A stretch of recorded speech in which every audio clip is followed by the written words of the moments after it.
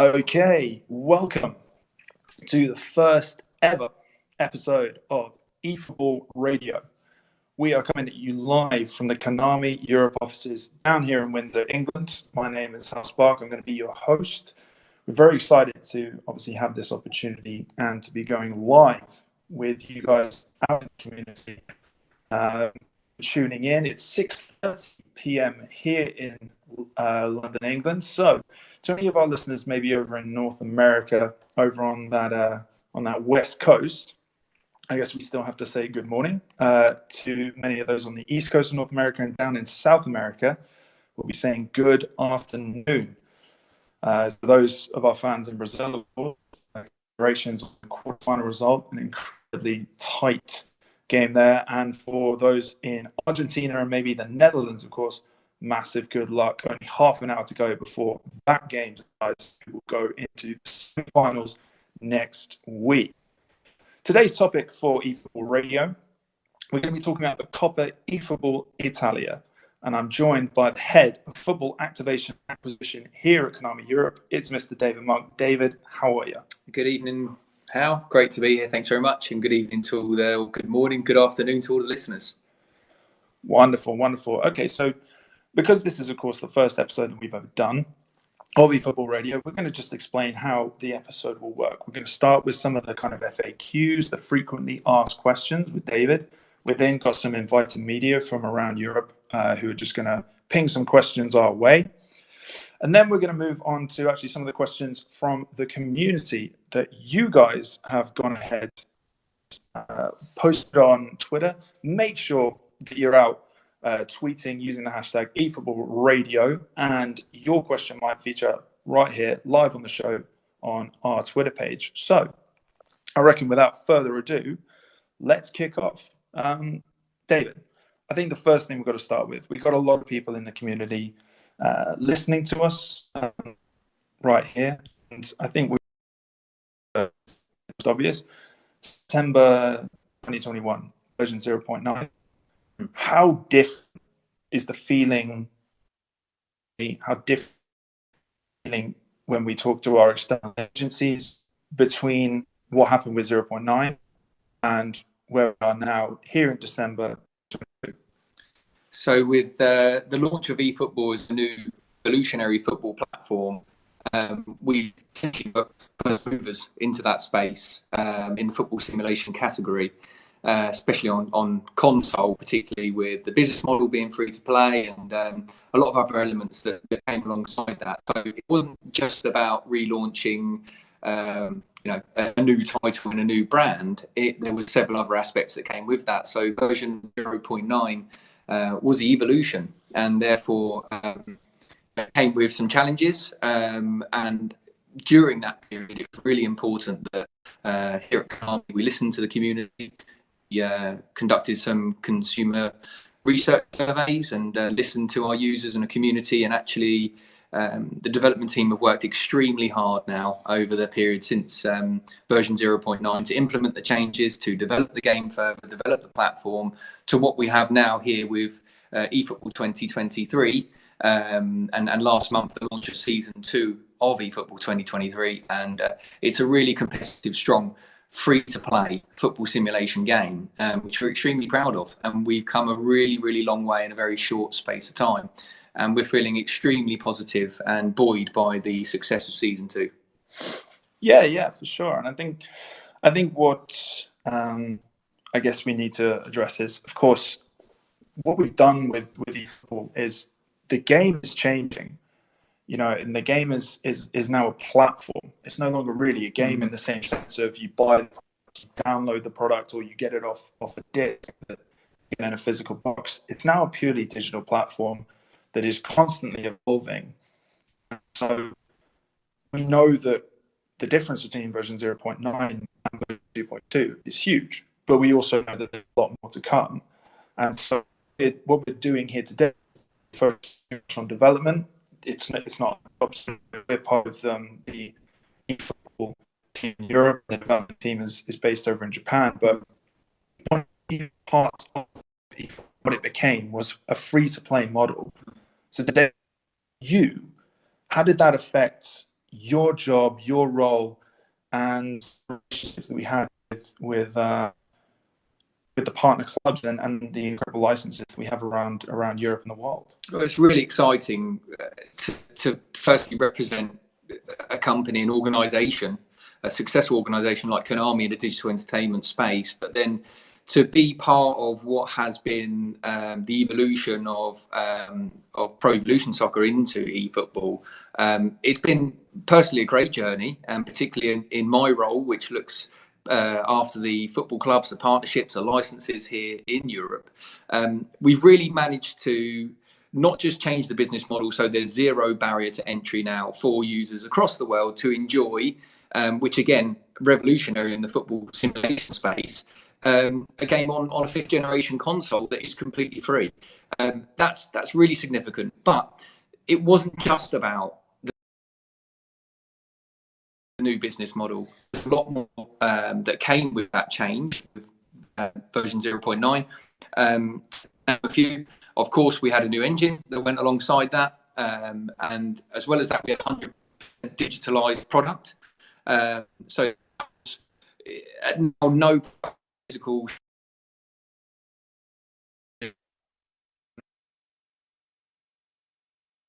It's a really uniformed brand now as eFootball, and I'm really happy that when that we're able to bring the benefits of the partner clubs to a free-to-play audience, essentially. So out to the pockets through the mobile game and out to the consoles in the millions of homes across the world.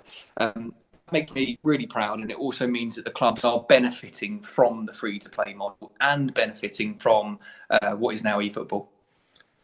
Yeah, and of course, what we're here to talk about the Coppa. How much is the affecting esports and our abilities of creating something? So we've always had a really strong reputation in sports. Our Japanese esports team deliver year on year a very pro, which is now eFootball Championship Pro. More Championship Open, really successful. Building on that foundation of successful esports initiatives and projects and competitions at the highest level. But obviously now it's about how we can localize that, particularly in certain markets that we have a strong presence, i.e. Italy in this case. And it's allowed us to understand how can we make a mass participation through to professional elite level esports development, emulating what is real life football development, digital sense. And free to play, anybody can enter this Coppa eFootball, and that's the best possible proposition really for anybody who's in the community or wants to join the community. Yeah, for sure. And I think if we now delve into kind of Coppa eFootball Italia and what the game has through that, there we've got listeners probably from all around the world, corners of the world. As fantastic as you are with experience, sum up Coppa eFootball Italia in one sentence. It's extremely difficult. I could talk about this project for a year. I'm that passionate about it, and we believe in the army, and particularly wonderful project, and it's great because it can impact and has touch points across the whole world, across the whole of Italy. Sorry, should I say?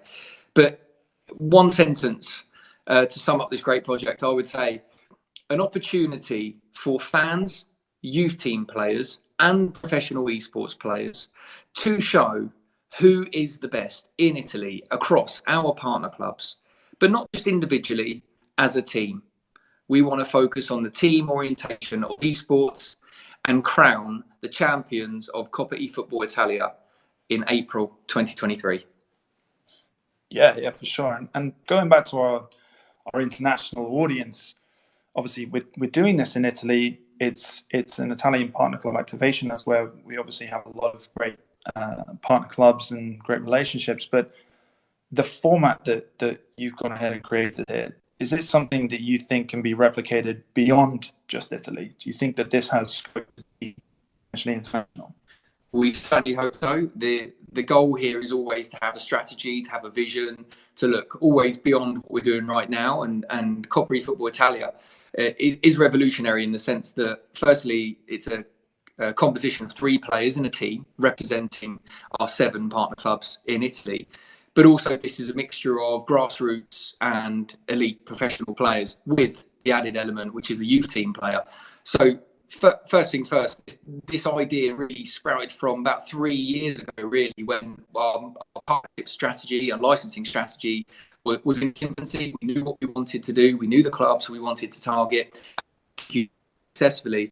And then we knew that a foundation, a revolutionary sports platform.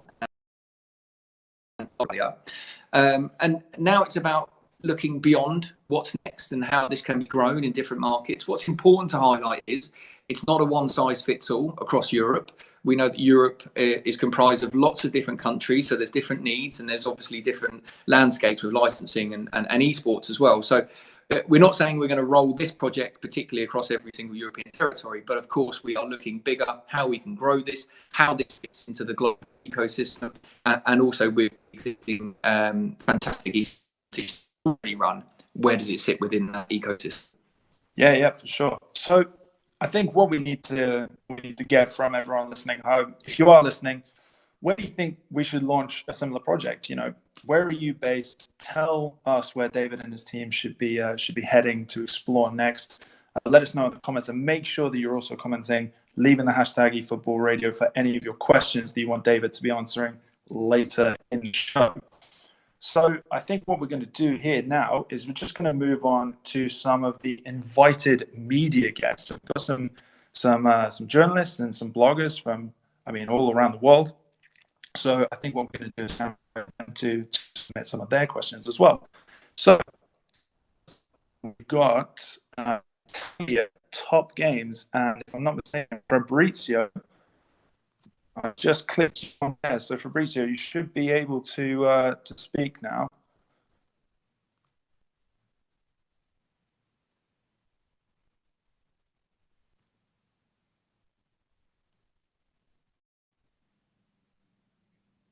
Fabrizio, have we got you?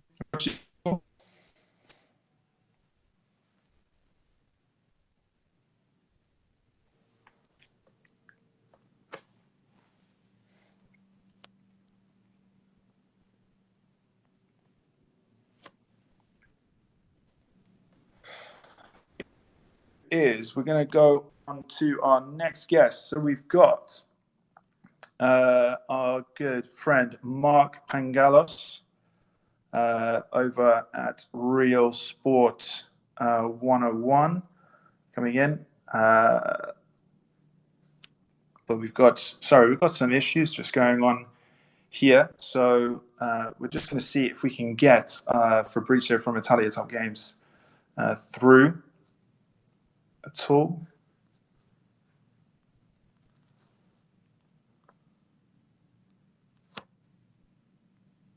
Yes, do you listen to me? Yes, Fabrizio, we've got you now. What is your question for David? Okay. Hi, David. This is Fabrizio from Italia Top Games. Buonasera, buonasera, David. The final of the eFootball Coppa Italia will be held in Naples, and the team's sports center in Castel Volturno has been called the Konami Training Center since last year. Many Neapolitan fans and many others are wondering if the Diego Armando Maradona Stadium will ever arrive in the game. We know that the municipal ownership of the stadium makes everything more difficult, but is there any hope in the medium-long term? So thank you, Fabrizio, for your question, and we really appreciate anybody listening from Napoli. We know that the team there's got a really passionate fan base across the whole of Italy, and we love working with Napoli and very, very proud to have them in Coppa eFootball Italia. So we know about the stadium ownership model in Italy, particularly across some of the clubs. It is more kind of government or council owned. So yes, of course, it does create some challenges with licensing. But with regards to the implementation, that's a development team question, and we will certainly find out some answers for you and maybe respond to the community once we've discussed with the development team. Okay, thanks. You're welcome. Wonderful, Fabrizio. Thanks so much for that. Yeah. I mean, it's an iconic stadium, so of course we have every intention of including it within the game. But once again, these are some of the steps that will have to be taken by the development team as we go along. You'll see also with eFootball 2023 was released the Jevis Stadium with Atalanta in Bergamo, which I think looks fantastic. Development team have done a great job there. So every new stadium that's been implemented through the partner clubs, in my time here, it's really the best digital representation of the stadiums and the homes of these clubs. Yeah, for sure. And of course, we can't forget its namesake. Diego Maradona is currently, from the 8th of December to the 15th of December, is the big-time South American Club Pack player. So it's definitely a point that we want to get onto. Rated 99, should I say that, Hal? I mean, you're putting that in your dream team, and you are scoring some very serious goals. Right, next up, we have got another Italian, a man that I think David knows incredibly well.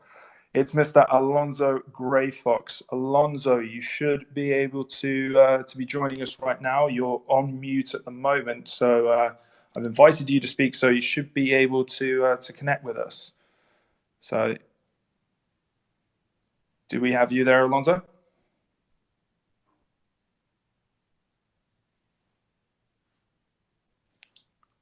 Buonasera. Okay, I think it says Alonso. It says you're not on mute, so you should hopefully be able to catch us. There might be just the slightest little delay just in our connection here. So what we'll do is we'll just explain kind of who Alonso is. He's actually he's a former pro player and someone that we met over in at Milan Games Week. It was a fantastic event, and I think he actually streamed live from the Konami booth with you, didn't he, David? So we've managed to grow kind of the professional esports roster, should we say, quite significantly in Italy. When I referred at the top of the your question earlier about eFootball Championship Open, in fact, the winner on the Xbox platform this year was Carmine in April 17, also from Italy. So I know the community very well there across the professional players, and yeah, Greyfox, hopefully we can get through to you so you can ask a question. If not, we do have Mr. Mark Pangalos from Sport 101 here in the UK. Mark, you are invited to speak at the moment. Have we got through to you?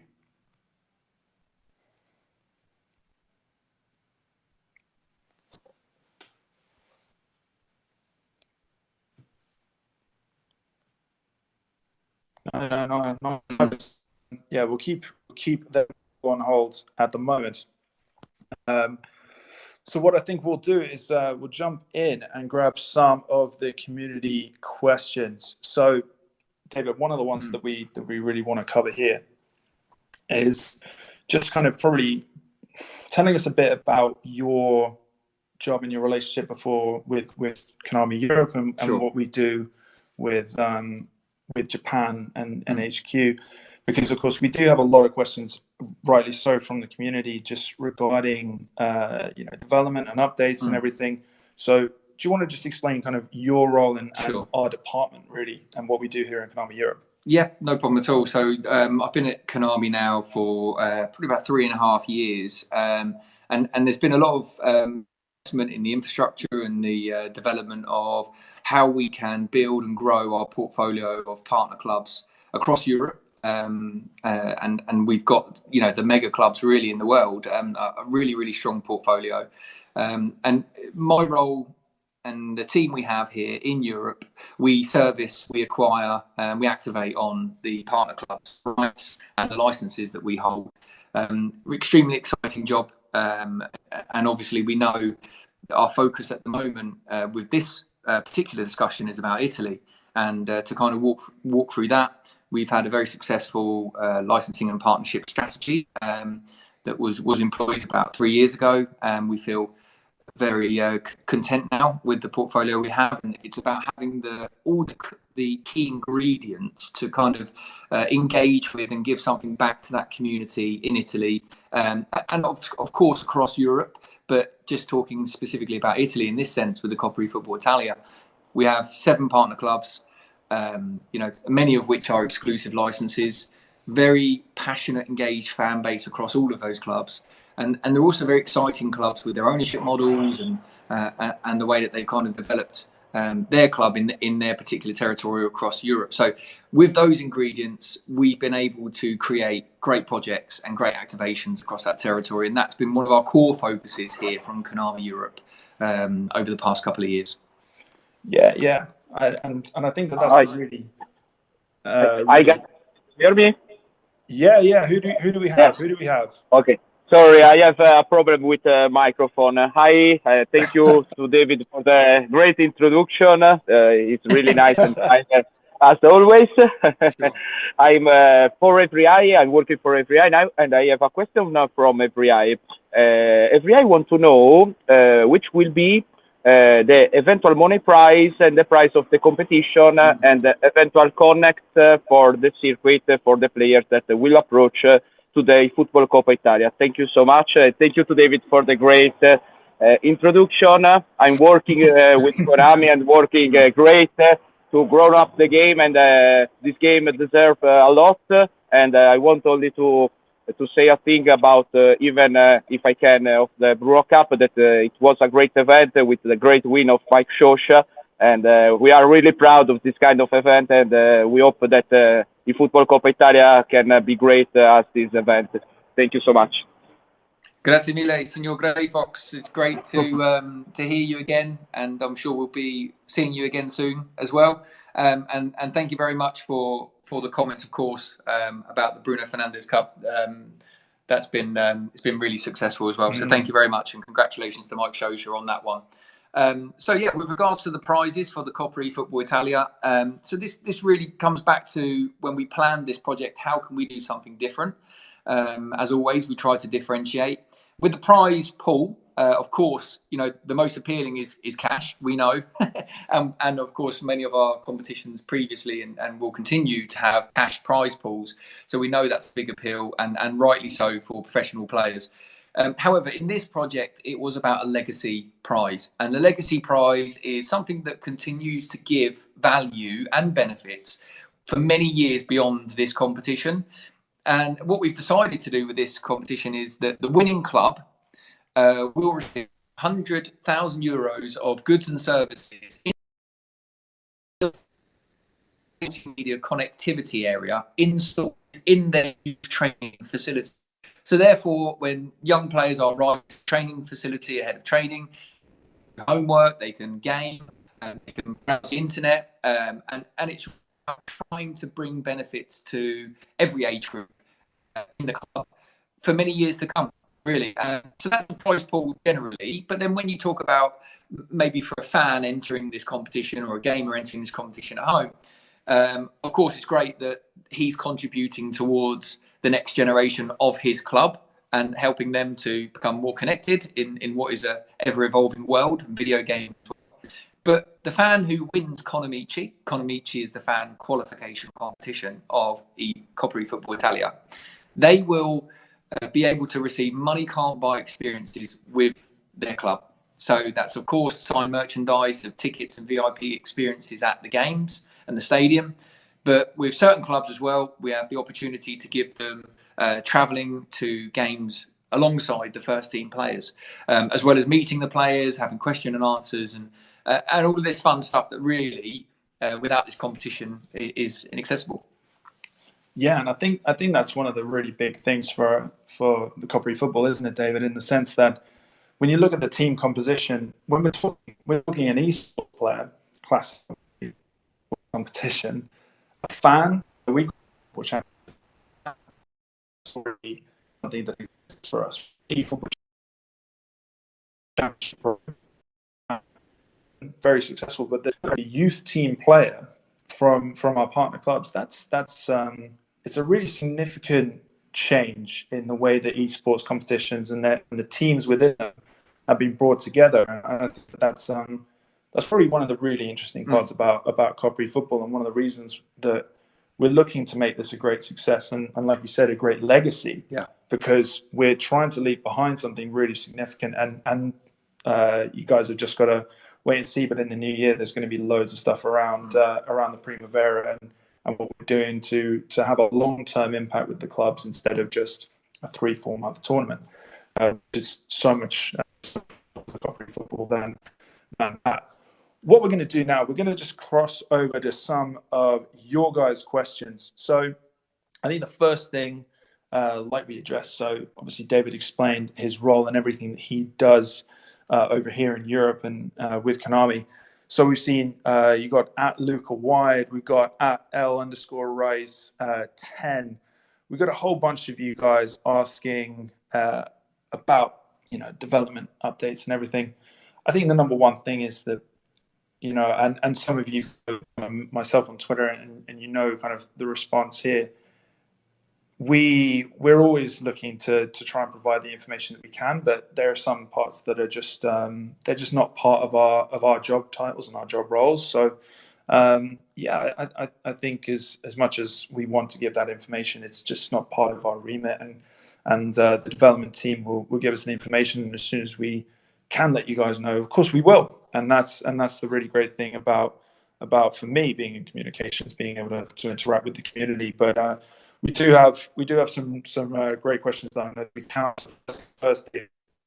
For me, this is an easy one, but EJDP_YT, he's got a Spanish flag, so it's probably great last 16 rounds. But should pineapple be on pizza? Oh, Napoli's one of our partner clubs. I'm sure if you took a stroll down the Centro Storico in Napoli, they certainly wouldn't agree with pineapple on the pizza for sure. And for me, it's a no-go.